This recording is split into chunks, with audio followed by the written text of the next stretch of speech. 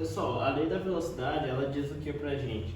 Que se a gente tiver uma reação e com os coeficientes de balanceamento dela, dos reagentes dando os produtos, a velocidade se dará por uma constante que vai depender da reação, vezes a concentração do reagente A elevado ao seu coeficiente de balanceamento, vezes a concentração do elemento B elevado ao seu coeficiente de balanceamento.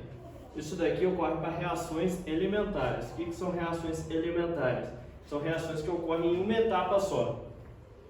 Agora, para reações não elementares, ou seja, que tem 2, 3, até 4 etapas, o que a gente faz? A gente considera a etapa mais lenta para a gente fazer a nossa lei da velocidade. Então, por exemplo, se a gente tem essa reação aqui, essa reação ela ocorre em duas etapas. A gente tem essa primeira etapa, que é a etapa mais lenta, e a gente tem essa segunda etapa, que é a etapa mais rápida. Então, para a gente considerar a lei da velocidade nela, a gente considera a etapa mais lenta. Então, a velocidade vai ser a constante, que vai depender da reação, vezes a concentração de NO2, elevado ao coeficiente de balanceamento dele, que é 1, vezes a concentração de O3, elevado ao coeficiente dele, que também é 1. Essa é a nossa lei da velocidade.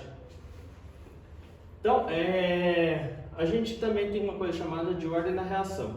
A ordem da reação ela é definida basicamente pelo coeficiente da reação, coeficiente de balanceamento. Então, o coeficiente do reagente A vai definir a ordem dele. Se for 1, vai ser primeira ordem, se for 2, é segunda ordem. O coeficiente de balanceamento do reagente B vai definir a ordem dele. Então, a ordem do reagente B pode ser 1, 2, 3. E a soma dos coeficientes de balanceamento, se hipoteticamente essa reação fosse uma reação elementar, seria 2 mais 1, terceira ordem. O reagente A seria de segunda ordem, o reagente B de primeira ordem, e a ordem da reação no geral seria 2 mais 1, 3. A molecularidade, quando a gente tem uma reação elementar, a molecularidade vai ser a mesma coisa que a ordem, ou seja, uma reação de primeira, segunda, terceira ordem vai ter a mesma molecularidade, ou seja, terceira ordem, a molecularidade vai ser 3.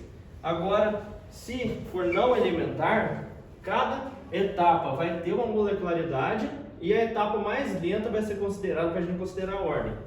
Por exemplo, aqui a gente tem 1, 2. A primeira etapa tem uma molecularidade 2, a segunda etapa 1, 2, molecularidade 2. Só que para a gente considerar a ordem, a gente considera a mais lenta, 1 e 2, segunda ordem. Então, essa é a molecularidade e isso é a ordem da reação. A única diferença que a gente tem é das reações elementares com as não elementares. E aqui a gente também tem algumas outras coisas que influenciam na velocidade da reação. A gente tem a influência da luz. A gente tem reações chamadas reações fotoquímicas, que é o que? Reações que ocorrem na presença da luz ou sua velocidade aumentada com a luz. Isso daqui acontece com a água oxigenada. Quando a gente coloca ela na luz, a velocidade da reação aumenta. Por isso que geralmente o frasco da água oxigenada é opaco ou até mesmo escuro. Estado de agregação e natureza dos reagentes é o que? A gente falar que dependendo da quantidade de ligações ou do estado físico do reagente, a reação pode ocorrer mais rápido ou mais devagar. Substâncias no estado gasoso vão ter uma reação muito mais rápida, porque as moléculas vão se chocar mais, porque elas estão soltas lá dentro. E substâncias que têm uma cadeia muito grande, ou seja, tem muitas ligações, elas vão correr mais lentamente, porque a gente precisa de mais energia para quebrar as ligações. Outros fatores, a gente pode considerar a pressão. A pressão a gente considera para substâncias gasosas. Quanto maior a pressão que a gente coloca sobre um gás, maior o número de choques de moléculas, então maior a velocidade da reação. E a gente pode considerar eletricidade também. tem algumas substâncias específicas que, quando a gente coloca corrente elétrica, a velocidade aumenta. Aqui a gente tem um caso que é a nossa camada de ozônio. A nossa camada de ozônio é o que? É 3 moléculas de oxigênio, ou seja, O3, que formam uma camada de proteção na Terra.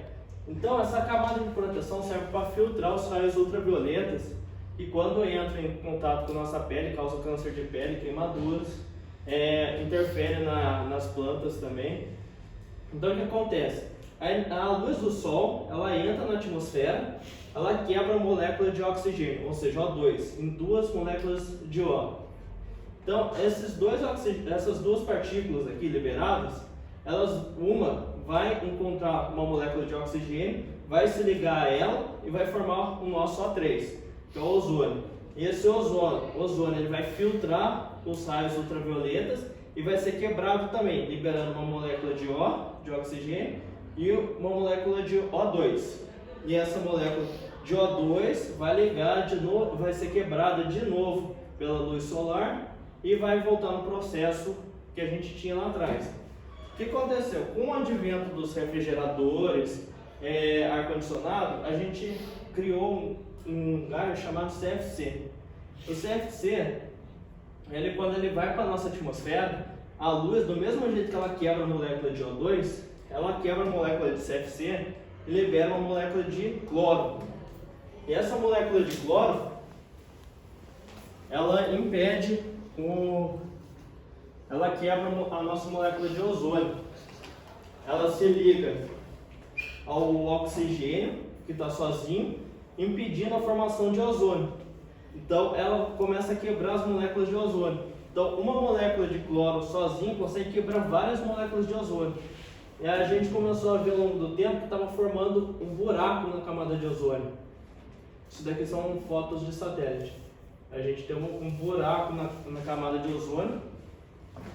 E isso, com estudos, a gente foi vendo que começa a dar efeitos na nossa vida, né? Que nem nas pessoas, câncer de pele, nas plantas prejudica a fotossíntese e o crescimento das plantas, e os animais também começam a ter câncer de pele. Então aqui a gente tem vários raios ultravioletas que atingem a Terra. A gente tem o UVA, que é o mais fraco, a gente tem o UVB, que é parcialmente absorvido pela atmosfera, e a gente tem o UVC, que é totalmente repelido pela nossa atmosfera. O maior causador de câncer de pele é esse UVB. Então está aqui porque desses gases CFC terem sido proibidos, mas até hoje em dia ainda reagem com a nossa camada de ozônio, abrindo buracos nela e prejudicando a nossa vida. Tudo bem?